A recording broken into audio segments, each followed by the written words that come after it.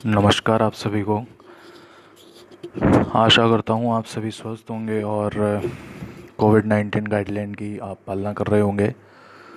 देखिए, मैं कल किसी काम की व्यस्तता के चलते वीडियो नहीं बना पाया था, उसके लिए क्षमा प्रार्थी हूँ। और ये जो प्रश्न हैं वो अपने जो पूर्व परीक्षाएं हैं, गत परीक्षाएं, उसमें ये प्रश्न पूछे जा चुके हैं।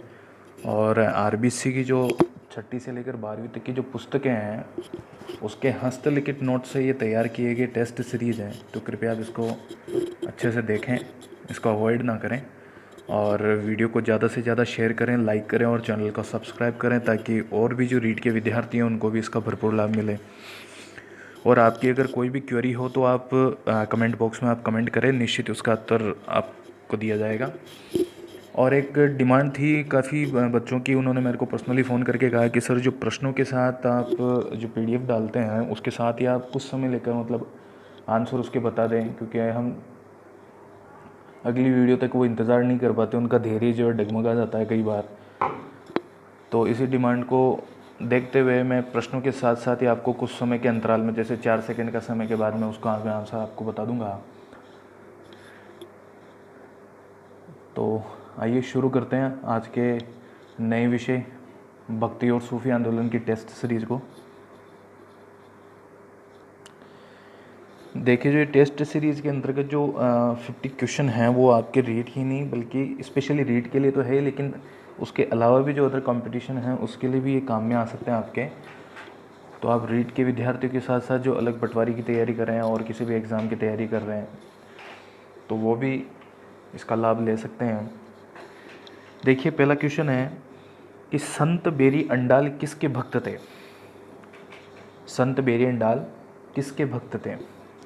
विष्णु के, बी ऑप्शन है शिव, सी कृष्ण, या इनमें से कोई नहीं। तो देखिए इसका आंसर क्या है। इसका आंसर हो जाएगा विष्णु। अगला क्वेश्चन है संत अपार सबंदर किसके भक्त थे? ए ब्रह्मा, बी शिव, सी कृष्ण, या डी विष्णु।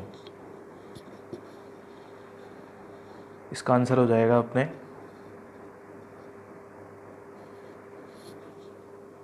शिव। अगला देखिए,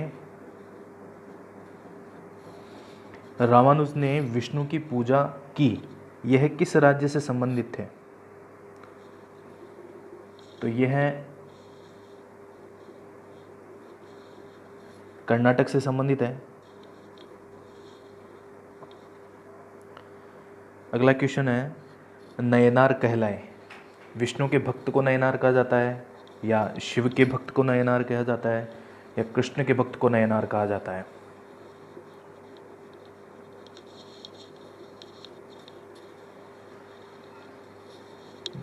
तो जो नयनार है वो शिव के भक्त हैं।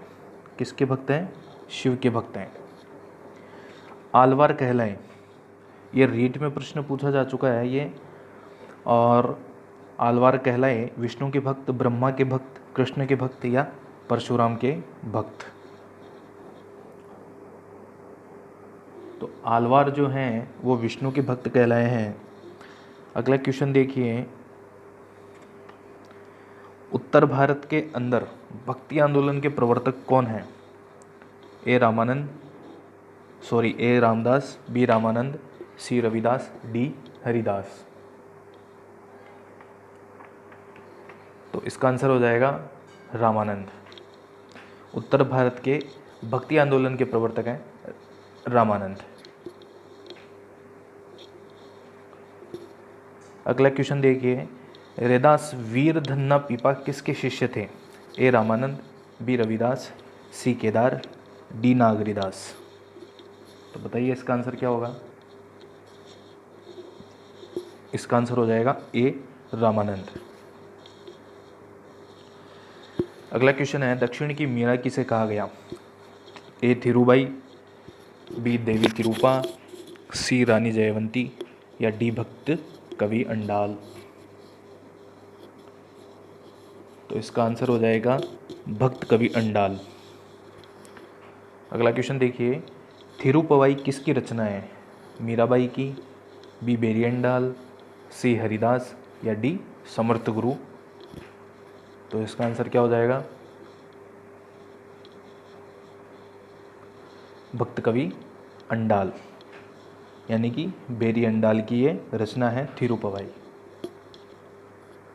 अगला क्वेश्चन देखिए, किस संत के उपदेश साखी व पदों के अंतर्गत है? किस लोक संत के उपदेश साखी व पदों में है? ए रैदास, बी कबीर, सी रामानंद या इनमें से कोई नहीं? बताइए, आप कमेंट करके भी बता सकते हैं इसका आंसर। तो इसका आंसर हो जाएगा बी कबीर। अगला क्वेश्चन है, जुलाहो परिवार में किस संत का जन्म हुआ है? जुलाहो परिवार में किस संत का जन्म हुआ है?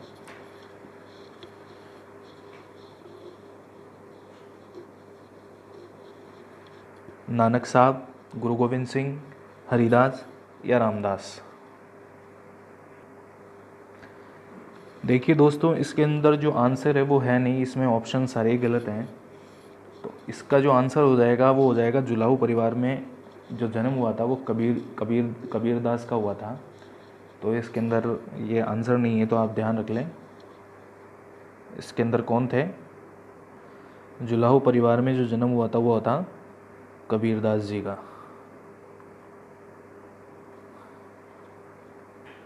अगला क्वेश्चन देखिए, तलवंडी पाकिस्तान में किस संत का गुरुद्वारा है? गुरु तेग बहादुर सिंह, बी नानक साहिब, सी गुरु गोविंद सिंह या डी निहाल सिंह? देखिए, इसका आंसर हो जाएगा नानक साहिब।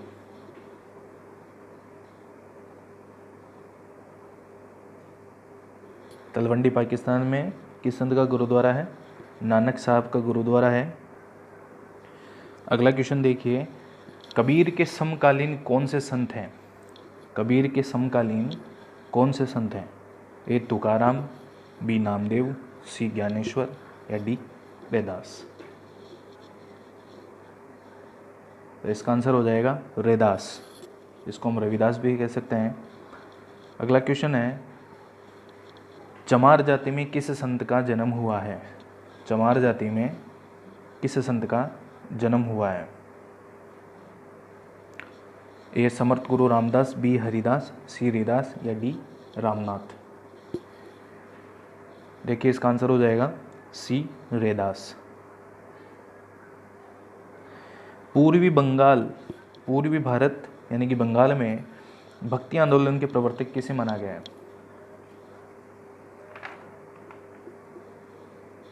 तो इसका आंसर हो जाएगा चैतन्य। इसका आंसर है चैतन्य। अगला क्वेश्चन है, दक्षिण पश्चिम महाराष्ट्र के भक्ति आंदोलन के संबंध में असत्य कथन कौन सा है? बताइए। पहला है थानेश्वर, नामदेव, एकनाथ, तुकानाथ या समर्थ गुरु रामदास या ज्ञानेश्वर, नामदेव, एकनाथ, तुकानाथ या समर्थ गुरु रामदास, ये संत जो हैं महाराष्ट्र से संबंधित हैं। क्या ये गलत है कथन? इसके बारे में पूछ रहा है। सकुबाई परिवार लोकप्रिय था या चोखा मेला परिवार लोकप्रिय था दक्षिण पश्चिम महाराष्ट्र भक्ति आंदोलन के संबंध में? और पंढरपुर के अंदर जो विठल देवता थे उसका शिव के रूप में उसकी पूजा होती थी। तो इसमें से असत्य कथन को आपको छांटना है। अगला क्वेश्चन है, देखिए इसका आंसर जो हो जाएगा वो है पंढरपुर के अंदर जो विठल देवता है उसमें शिव के रूप की पूजा नहीं होती है, उसमें विष्णु के रूप की पूजा होती है। जो विठल देवता है वो विष्णु भगवान को कहा जाता है। दक्षिण पश्चिम इस महाराष्ट्र राज्य के अंतर्गत विठल देवता जो है वो किसको कहा जाता है? विष्णु भगवान को कहा जाता है।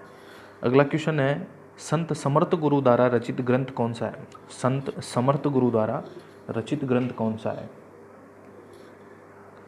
हरिबोध, देवबोध, भावबोध या दास बोध? तो इसका आंसर हो जाएगा दास बोध। छत्रपति शिवाजी के गुरु और हनुमान जी के उपासक कौन से संत हैं? कबीर, रामदास, चैतन्य या रैदास? देखिए, इसका आंसर हो जाएगा समर्थ गुरु रामदास। क्या हो जाएगा? समर्थ गुरु रामदास, इसका बी ऑप्शन हो जाएगा, समर्थ गुरु रामदास।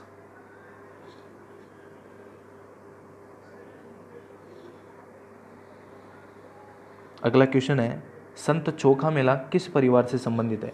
वैष्णव जाति से किस जाति से संबंधित है? संत चोखा मेला किस जाति से संबंधित है? वैष्णव जाति, चमार जाति, लोहार जाति या महार जाति? देखिए इसका आंसर हो जाएगा महार जाति। संत दादू दयाल की जो तपस्थली है वो कहाँ है? सांभर में है, आमेर में है, नरेना में है या माउंट आबू में है? देखिए इसका आंसर हो जाएगा डी, माउंट आबू। अगला क्वेश्चन है, किस संत ने अकबर के सभासदों को उपदेश दिया जिससे प्रभावित होकर अकबर ने गौ हत्या पर पाबंदी लगा दी थी? ऑप्शन है संत दादू दयाल, समर्थ गुरु रामदास, कबीर या चैतन्य? देखिए दोस्तों इसका आंसर हो जाएगा संत दादू दयाल। देखिए इनकी जो सबसे पहले यह जब आए थे तो सांभर में इन्होंने शरण ली थी, सांभर में रुके थे, वहाँ कुछ दिनों तक इन्होंने प्रचार प्रसार किया था, दादूपंथी संप्रदाय से जुड़े हुए हैं। और फिर उसके बाद सांभर से आमेर गए थे, जयपुर, वहाँ कुछ समय तक रुके। उसके बाद में ये माउंट आबू थे, माउंट आबू में इनकी तपस्थली थी। और उसके बाद में जब ये नरेना आए तो इनकी जो दूसरी तपस्थली थी वो नरेना में थी, और जब इनकी मृत्यु हुई तो वो भी नरेना के अंतर्गत हुई थी। ये नरेना जो है वो ये दूदू तहसील के अंतर्गत आता है और ज़िला लगता है इसका जयपुर। आइए अगला क्वेश्चन देखते हैं कि राजस्थान का कबीर जो है, ये इसका आंसर हो जाएगा, आपकी गौ हत्या पर पाबंदी लगा दी थी वो संत दादू दयाल आ जाएगा इसका आंसर, ऑप्शन ए। और अगला क्वेश्चन है 22वां, राजस्थान का कबीर किस लोक संत को कहा गया? राजस्थान का जो कबीर है वो किस लोक संत को कहा गया? इसका आंसर हो जाएगा दादू दयाल, सी ऑप्शन, दादू दयाल। अब इसमें आपको असत्य मिलान जो है उसको आपको छांटना है जिसमें त्रुटि है। शाहपुरा भील से रिलेटेड कौन है? संत रामचरण। नागौर रेण से कौन है रिलेटेड? संत दरियाव जी। या सिंगतल बीकानेर से कौन रिलेटेड है? संत हरिदास। या खेड़ापा जोधपुर से कौन रिलेटेड है? संत चैतन्य। तो इसमें आपको ये पता करना है कि क्या ये जो रिलेशन है इनका इन जगहों से, उनमें से कौन सा गलत है।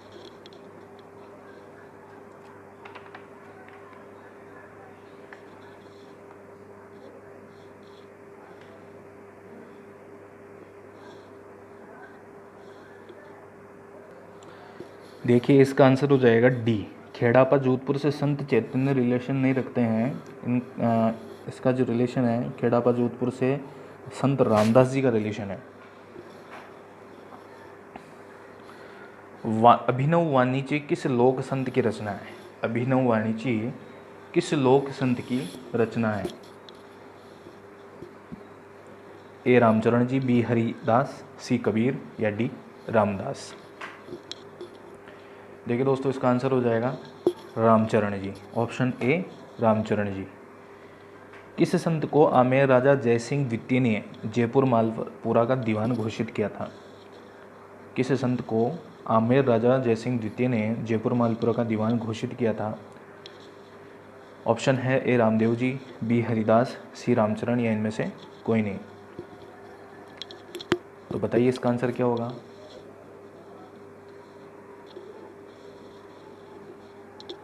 इसका आंसर हो जाएगा रामचरण, ऑप्शन सी। भारत में किस शताब्दी से सूफी सिलसिलेवाद की शुरुआत हुई थी? भारत में किस शताब्दी से सूफी सिलसिलेवाद की शुरुआत हुई थी? ऑप्शन ए 12वीं, बी 10वीं, सी 11वीं या डी 13वीं? तो इसका आंसर हो जाएगा 11वीं शताब्दी, ऑप्शन सी।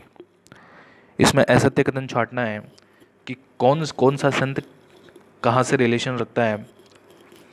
ख्वाजा मोइनुद्दीन चिश्ती गुजरात से, कुतुबुद्दीन बख्तियार काकी दिल्ली से, बाबा फरीद पंजाब से या हज़रत निज़ामुद्दीन औलिया दिल्ली से। इसमें असत्य कथन को छांटना है, तो इसका आंसर हो जाएगा ख्वाजा मोइनुद्दीन चिश्ती। ये गुजरात से संबंधित नहीं है, ये अजमेर से संबंधित है। यहाँ पर दरगाह शरीफ है ख्वाजा मोइनुद्दीन चिश्ती की।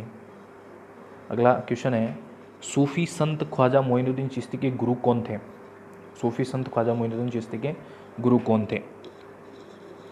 Option A Baba Farid, B Qutubuddin Kaki, C Sheikh Hamiduddin Nagauri, या डी इनमें से कोई नहीं।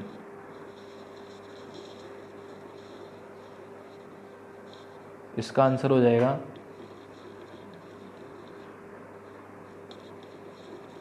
हमीमुद्दीन नागौरी, शेख हमीमुद्दीन नागौरी।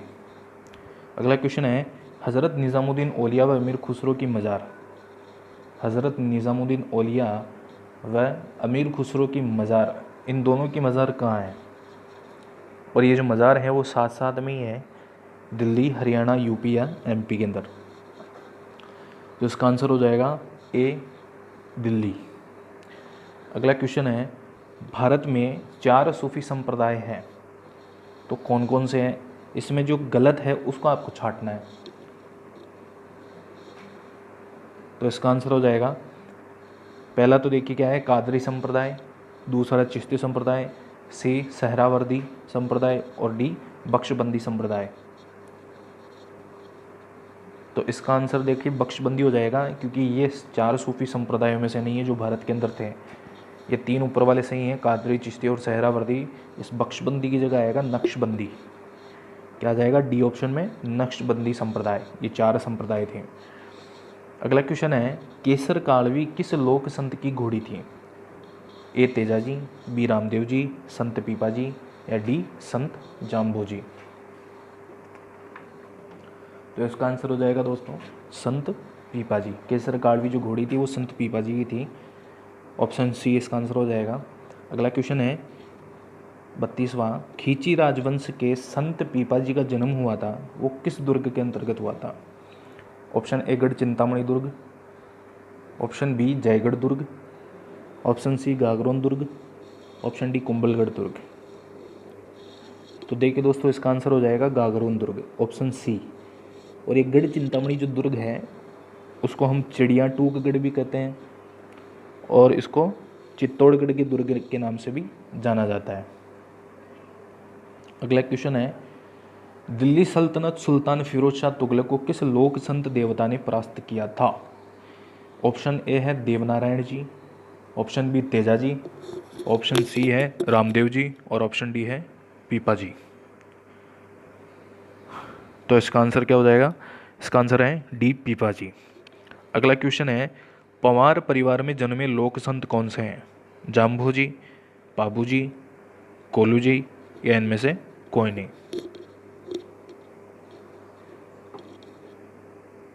देखिए पंवार परिवार में जन्म जो हुआ था वो जाम्बो जी का हुआ था, संत जाम्बो जी का। और ये नागौर पीपासर गांव के अंतर्गत हुआ था इनका जन्म, नागौर के पीपासर में। संत जसनाथ का जन्म कहाँ हुआ था? नागौर, कतियासर बीकानेर, कोलूमंद जोधपुर, या टोंक। संत जसनाथ जी का जन्म हुआ था कटियासर बीकानेर के अंतर्गत, ऑप्शन बी इसका आंसर हो जाएगा। अगला क्वेश्चन है, चातुर्मास संघर्ष का काल जो है 1758 ईस्वी का, वो किस संप्रदाय से जुड़ा हुआ है? राम स्नेही संप्रदाय, चिश्ती संप्रदाय, तेरापंथी संप्रदाय, या उपयुक्त सभी। तो इसका आंसर हो जाएगा सी तेरापंथी संप्रदाय। अगला क्वेश्चन है कि भारत में मध्यकाल में भक्ति के कितने प्रमुख मत अस्तित्व में थे? Option A 12, option B 4, option C 3, या डी 5। तो बताइए इसका क्वेश्चन आंसर क्या हो जाएगा? इसका आंसर हो जाएगा दोस्तों ऑप्शन सी 3। क्या हो जाएगा? Option C 3। अगला क्वेश्चन है, शैव मत अनुयायियों को संबोधित किया जाता है किस नाम से? इनको संबोधित किया जाता है पशुपति, नयनार, वीरशैव, या लिंगायत। देखिए जो शैव मत अनुयायी हैं उनको संबोधित किया जाता है लिंगायत से। ऑप्शन डी इसका आंसर हो जाएगा लिंगायत। लेकिन अगर पूछ ले कि शैव मत उपासक कौन है तो वो हो जाएगा नयनार। शैव मत अनुयायियों को कहा जाता है लिंगायत और शैव मत उपासकों को कहा जाता है नयनार। अगला क्वेश्चन है, भारतीय ग्रंथों को अंग्रेजी में अनुवाद किया गया था, किसके द्वारा किया गया था? Option A William James, B Max Muller, या ये दोनों के द्वारा, या इनमें से कोई नहीं। सोचिए, बताइए इसका आंसर। कमेंट भी कर सकते हैं आप आराम से, कमेंट करके भी आप अपने उत्तर बता सकते हैं। तो इसका आंसर हो जाएगा ऑप्शन सी, यानी कि विलियम जेम्स और मैक्स मूलर ने भारतीय ग्रंथों का अंग्रेजी में अनुवाद किया था। अगला क्वेश्चन देखिए, तत्कालीन साहित्य एवं समाचार पत्रों ने राष्ट्रीय भावनाओं को उभारने का काम किया था। ऑप्शन ए संवाद कौमुदी, बी मराठी उपन्यास, सी आनंद मठ, या डी उपयुक्त सभी। देखिए इसका आंसर हो जाएगा ऑप्शन डी। अगला क्वेश्चन है कि दक्षिण भारत में शैव मत की जो शुरुआत थी, दक्षिण भारत में शैव मत की शुरुआत किसने की थी? तो बताइए इसका आंसर क्या होगा?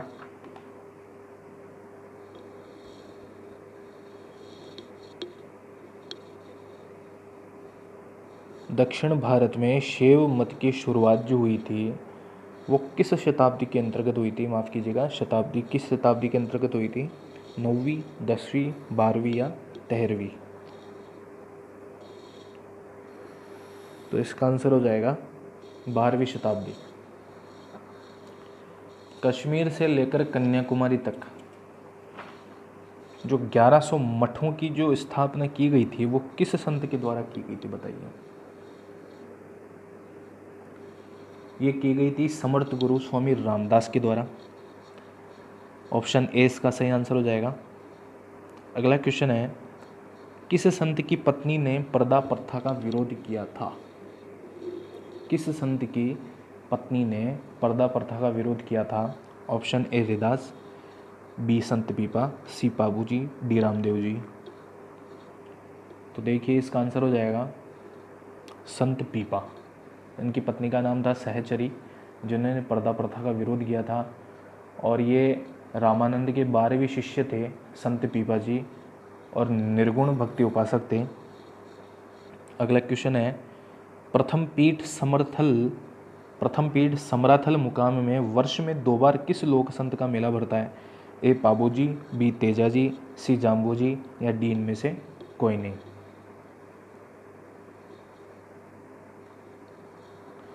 देखिए इसका आंसर हो जाएगा सी जाम्बू जी। इन्होंने अपने काल में 29 नियम दिए थे, और ये कतियासर बीकानेर से संबंधित हैं, संत जाम्बू जी। अगला क्वेश्चन है, भिक्षु भीकण जी किस संप्रदाय से संबंधित है? रामस्नेही संप्रदाय, तेरापंथी संप्रदाय, चिश्ती संप्रदाय, या कादरी संप्रदाय?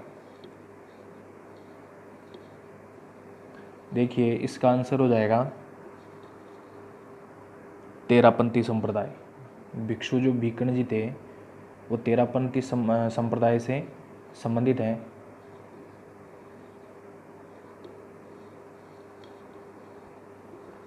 अगला क्वेश्चन है, दक्षिण भारत में नयनार शैव मत की संख्या कितनी है? दक्षिण भारत में नयनार शैव मत की संख्या कितनी है? बताइए। ऑप्शन ए 63, बी 78, सी 34, या डी 36? तो इसका आंसर हो जाएगा ऑप्शन ए 63। अगला क्वेश्चन है, हिंदू धार्मिक पुनर्जागरण के तहत शैव अनुयायी आदि की शंकराचार्य ने कितने मठ स्थापित किए थे? हिंदू धार्मिक पुनर्जागरण के तहत शैव अनुयायी आदि की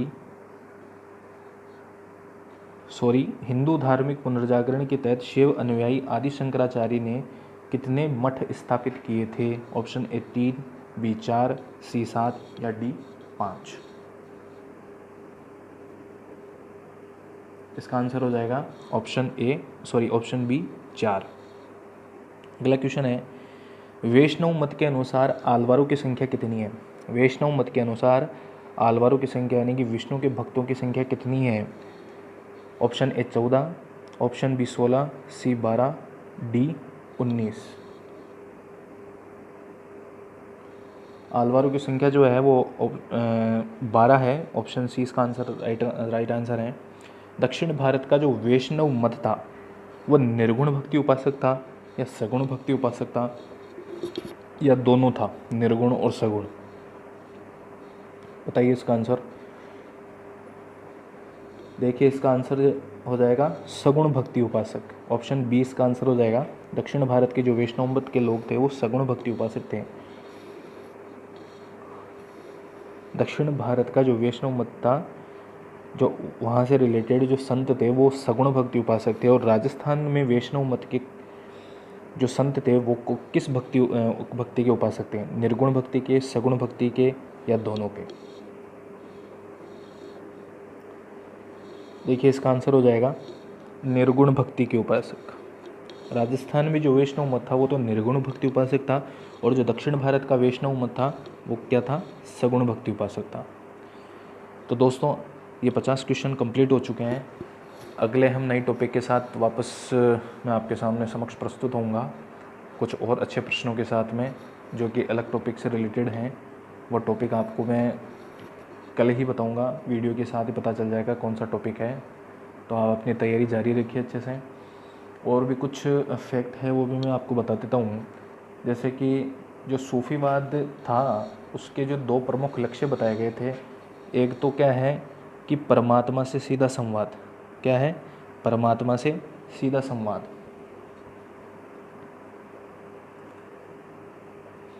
परमात्मा से क्या है? सीधा संवाद। और दूसरा जो लक्ष्य बताया गया था वो था इस्लाम के अनुसार मानवता की सेवा। इस्लाम के अनुसार मानवता की सेवा, ये दूसरा सूफीवाद का लक्षण है। और कुछ मुख्य बातें वो भी मैं आपको बता देता हूँ कि सामाजिक समानता पर जो बल दिया गया था वो किस किस ने दिया था। देखिए सामाजिक समानता पर जो बल दिया था वो दिया था रामानंद ने, संत रामानंद जी।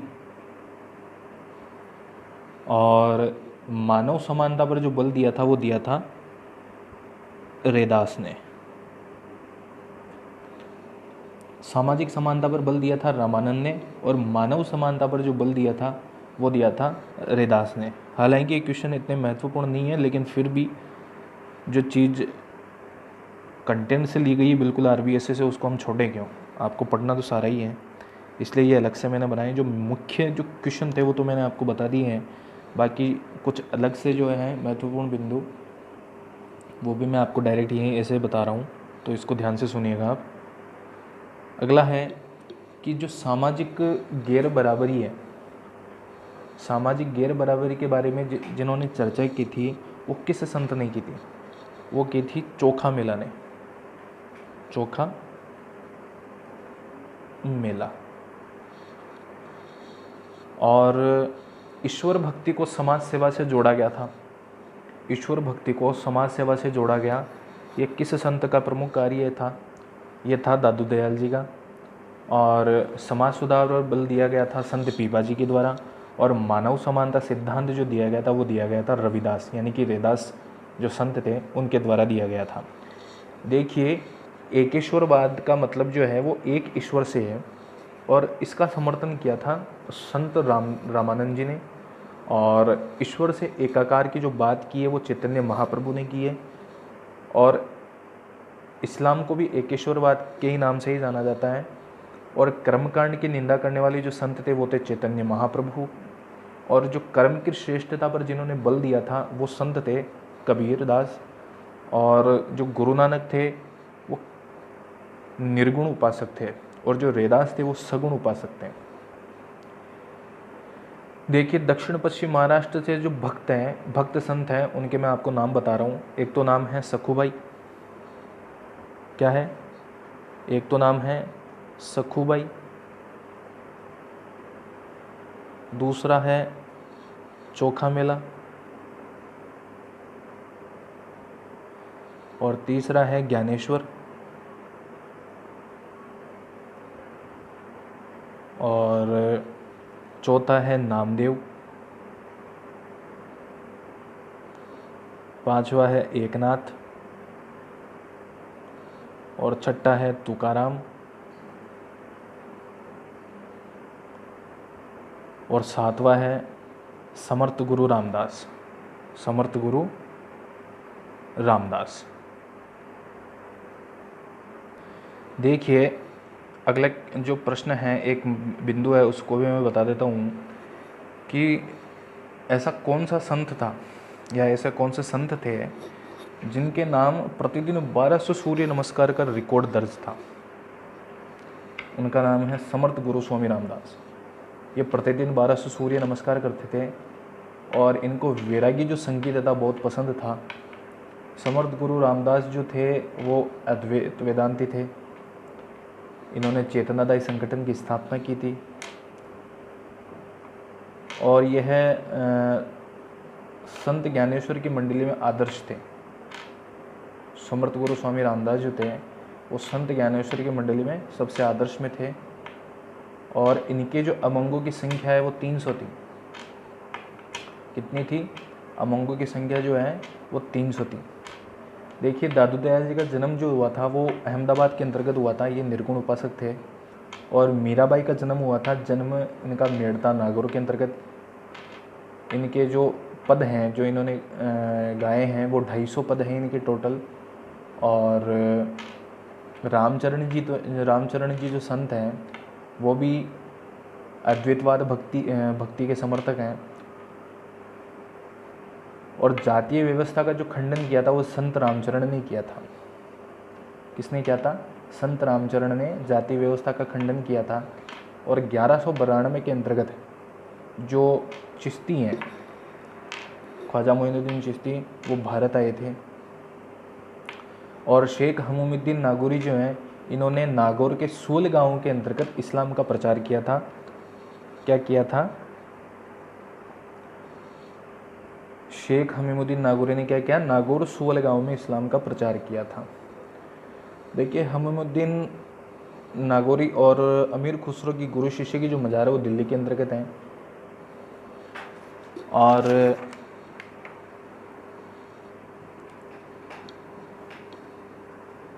इनकी जो तपस्थली है जसनाथ जी की, जो जसनाथ जी हैं उनकी तपस्थली है गोरखमालिया तपस्थली। इसके नाम को आप याद रखिएगा। और उन्होंने जैसे जाम्बू जी ने 29 नियम दिए थे, उसी प्रकार जसनाथ जी ने भी 36 नियम दिए थे। और तेरापंथी जो संप्रदाय है, इसका नाम इसलिए पड़ा क्योंकि इसके अंतर्गत 13 साधुओं की महत्वपूर्णता बताई गई है। 13 जो शवक थे उसके बारे में बताया गया है। इनका जो जन्म हुआ था वो मारवाड़ के कंटालिया में हुआ था। और इनके जो गुरु थे तेरापंथी थे जैनाचार्य भिक्षु, उनके जो गुरु थे वो रघुनाथ जी थे। और इन्होंने 13 नियम दिए थे। इनसे रिलेटेड है 3 गुप्ती, 5 समिति और 5 महाव्रत। तो आप इस चीज़ को ध्यान रखिएगा। 13 नियम दिए थे, 3 गुप्ती, 5 समिति और 5 महाव्रत। और एक आचार्य, एक शिष्य और एक विचार सिद्धांत का प्रतिपादन करने वाला कौन सा संप्रदाय था? एक ही तो आचार्य है और एक ही शिष्य है और एक ही विचार दिया। इस सिद्धांत का प्रतिपादन किसने किया था? इस सिद्धांत का प्रतिपादन किया था तेरापंथी संप्रदाय ने। ठीक है दोस्तों, आज के लिए बस इतना ही। और कल जब हम नए विषय के साथ में आपके सामने टेस्ट सीरीज़ प्रस्तुत करूंगा, तब तक आप अपनी पढ़ाई को जारी रखें, अच्छे से पढ़ाई करें, खान पान अच्छा रखें। कोरोना महामारी है, बाहर बिल्कुल ना जाएं। आवश्यक कार्य हो, कुछ खाने पीने का सामान हो तो कोरोना गाइडलाइन के तहत सुबह 6 बजे से लेकर जो समय दिया गया है 11 बजे तक का, उसी समय आप जाएं। बाकी आप बाहर ना जाएं, मास्क लगा कर रखें, सैनिटाइज़र का प्रयोग करें, सोशल डिस्टेंसिंग का पूरा ध्यान रखें। आपके घर पे कोई भी आता है बाहर से तो बिल्कुल सोशल डिस्टेंसिंग बना के रखें, आप मास्क लगा कर रखें, क्योंकि ये जो सेकेंड वेव है बहुत ही ख़तरनाक है पहले वाली से। और चैनल को आप बिल्कुल शेयर कर दीजिए, इसको लाइक करना ना भूलें और चैनल को सब्सक्राइब कर लें, बेल आइकन पर क्लिक कर लें ताकि आने वाली जो नोटिफिकेशन है वीडियोस के वो आपको टाइम पर मिलते रहें। और कल तो किसी काम की वजह से मैं लेट हो गया था, इस वजह से मैं वीडियो नहीं डाल पाया, लेकिन कल जो है एक नए टॉपिक के साथ मैं आपके सामने समक्ष प्रस्तुत करूँगा। चलो मैं टॉपिक का नाम बता ही देता हूँ आपको। अगला जो टॉपिक होगा वो होगा अपना 19वीं सदी में पुनर्जागरण एवं सामाजिक सुधार। इस टॉपिक के जो क्वेश्चन है, जितने भी क्वेश्चन बनेंगे वो कल हम डिस्कस करेंगे। तब तक के लिए नमस्कार।